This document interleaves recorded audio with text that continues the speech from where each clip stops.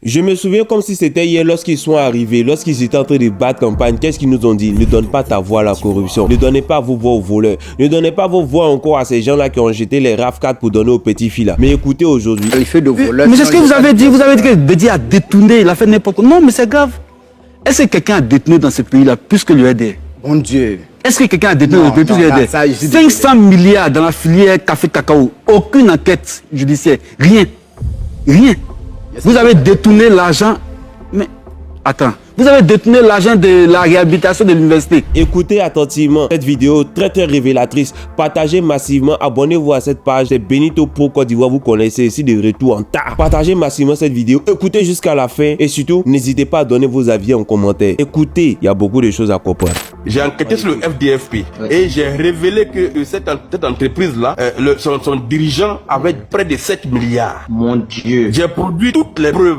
On m'a convoqué à la gendarmerie, à la brigade de recherche. Ils ont porté plainte contre moi, en passant par le procureur de la République. C'est-à-dire que j'ai dénoncé un voleur et on me fait convoquer à la brigade de recherche. Et on me dit, alors que le gars, ce monsieur-là, il facturait les clés USB là, les clés USB qu'on paye à 16 000 francs maximum là, les 32 gigas ou bien combien de gigas là, à 16 000 maximum. C'est 2 000, 3 000, 5 000, pas plus de 6 000. Voilà, ce gars-là, il facturait les clés USB à 150 000 francs. Mon Dieu. Les parapluies qu'on vend dans la rue pendant les saisons de pluie à 2 000 là, ce gars-là les facturait à 200 000 francs un parapluie. Oui, et moi j'ai produit toutes les preuves. Les décaissements, j'ai tout produit. Les numéros de compte bancaire où l'argent partait, j'ai tout produit. Au lieu qu'on mette le gars aux arrêts, c'est moi ils ont convoqué. J'ai été interrogé de 8h à 19h. Mon Dieu. Je n'ai eu la chance de sortir en liberté que parce que j'avais toutes les preuves. Et même les officiers qui m'ont interrogé, quand il a fini de produire toutes les preuves, ils ont dit, mais vraiment, ce pays-là nous fatigue. C'est ceux qui ont porté plainte contre le journaliste qu'on doit mettre en prison. Et c'est nous, on nous demande de fatiguer le journaliste.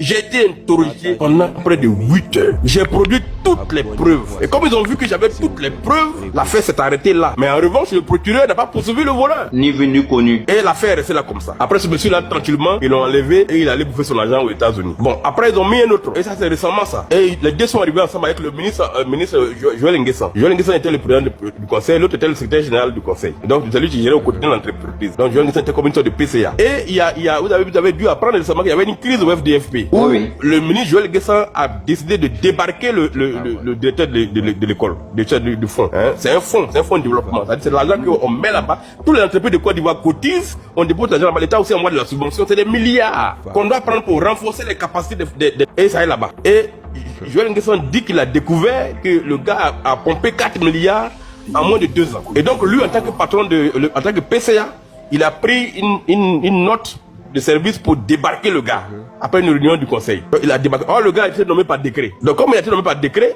Joël Nguessan ne peut pas le débarquer par une simple note. Il fallait un décret. Donc ça a créé une crise au niveau de FDFP. Et puis les deux ont été finalement débarqués. Mais c'est parce que les deux sont RADP. Mais les deux ont été débarqués. Mais après, il n'y a pas eu de poursuite. Et récemment, le ministre Joël Nguessan était sur une plateforme qu'on appelle Newscoop. Il y a une plateforme des journalistes sur laquelle je suis moi aussi en tant que journaliste. Et voilà, il est venu à l'interview sur notre plateforme. Et on lui a posé la question, qu'est-ce qui s'est passé au FDFP là-bas? Il dit, mais il a réagi parce que le gars a volé 4 milliards. J'ai même l'enregistrement dans mon portable ici. Il dit, le gars a volé 4 milliards. Lui, il est ancien ministre, membre du RADP, porte-parole du RADP, et de leur gars vole 4 milliards. Et donc lui, il considère que c'est pas possible qu'on tolère ça. C'est pour ça qu'il a débarqué le gars. Avec une décision qui était illégale en fait. Mais après, il fallait que les gens sanctionnent. C'est-à-dire qu'aujourd'hui, on met les gens à la tête des institutions.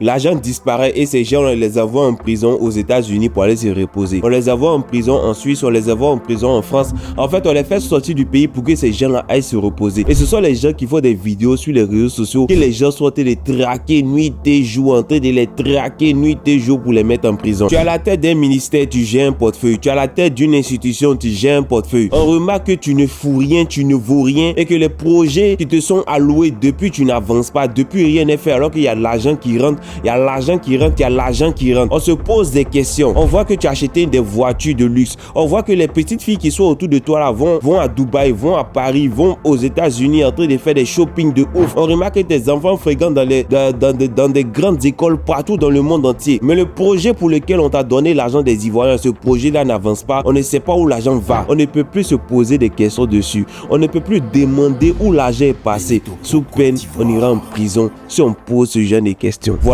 Voilà la réponse que les gens là sont venus donner. Les gens qui ont dit hier, ne donne pas ta voix aux voleurs, ne donne pas ta voix à la corruption, ne donne pas ta voix à ceux qui achètent des Range Rover ou bien qui achètent, ne donne pas ta voix à ceux qui achètent des RAV4 pour donner aux petites filles. Mais aujourd'hui, les petites filles là roulent dans les Range Rover Vela, elles roulent dans de grosses voitures, elles roulent dans les GLE, elles vont à Dubaï en hélicoptère, elles se baladent, elles dorment dans des grands hôtels. Et quand on demande, elles ont un petit magasin de 700 000 par mois à Hongrie où elles vont acheter des grosses marchandises pour venir vendre dans un pays PPTE. Elles voyagent, elles se déplacent. Si c'est pas en première classe, c'est classe business. Des filles qui vont chercher marchandises pour venir vendre dans un pays PPTE. Et nos mamans qui sont à Djamé, nos mamans qui sont dans les marchés sont en train de souffrir. Elles ne vont nulle part. La vie est de plus en plus chère, la vie est de plus en plus misérable. Y'a qu'au Côte d'Ivoire. Y'a qu'au